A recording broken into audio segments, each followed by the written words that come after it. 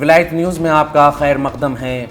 امریکہ کے خلاف شامی قبائل نے کیا اعلان جنگ، بڑے پیمانے پر جھڑپیں۔ المیادین نے شام کے مقامی ذرائع کے حوالے سے خبر دیتے ہوئے کہا ہے کہ عرب جنگجو قبائل نے ایک شدید حملے میں امریکی حمایت یافتہ ملیشیا SDF کے 13 ٹھکانوں کو نشانہ بنایا۔ مقامی ذرائع ابلاغ نے اطلاع دی ہے کہ گزشتہ شام الشہیل کے مشرقی مضافاتی علاقے سے شام اور عراق کی سرحد البغوث کے قرب و جوار تک دھماکوں اور فائرنگ کی آوازیں سنی گئیں۔ رپورٹس کے مطابق زیبان اور اتیانہ کے علاقوں میں عرب قبائل کے حالیہ حملوں کے بعد SDF نے دیر الزور کے مشرقی مضافات میں دریائے فرات کے کنارے تک شامی حکومت کے زیر کنٹرول علاقوں کے ساتھ رابطہ لائنوں کو منقطع کر دیا۔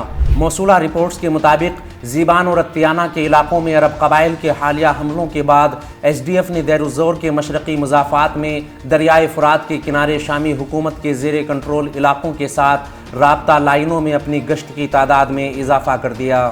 دوسری جانب SDF نے اعلان کیا ہے کہ سیکیورٹی وجوہات کی بنا پر اس نے کئی علاقوں میں اپنے زیر قبضہ اور شامی حکومت کے زیر کنٹرول علاقوں کے درمیان آبی گزرگاہ بند کر دی ہے۔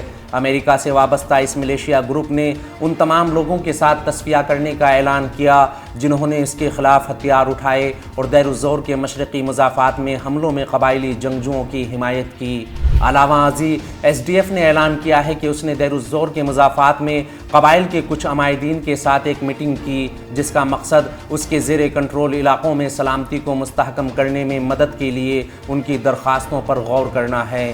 دریں اثنا گزشتہ 2 ماہ سے کشیدگی کا شکار SDF کے زیر کنٹرول علاقے کے باشندوں نے اس گروپ پر الزام لگاتے ہوئے کہا ہے کہ اس گروہ نے شہریوں سے بدلہ لینے کے لیے مختلف دیہاتوں اور شہروں میں گرفتاریوں کا سلسلہ شروع کرتے ہوئے عوام کی املاک پر پھر سے ناجائز قبضہ جمانا شروع کر دیا۔ اس خبر میں فی الحال اتنا ہی۔ قومی، بین الاقوامی اور عالمی اسلام کی اہم خبروں سے باخبر رہنے کے لیے ولایت نیوز سے جڑے رہیے۔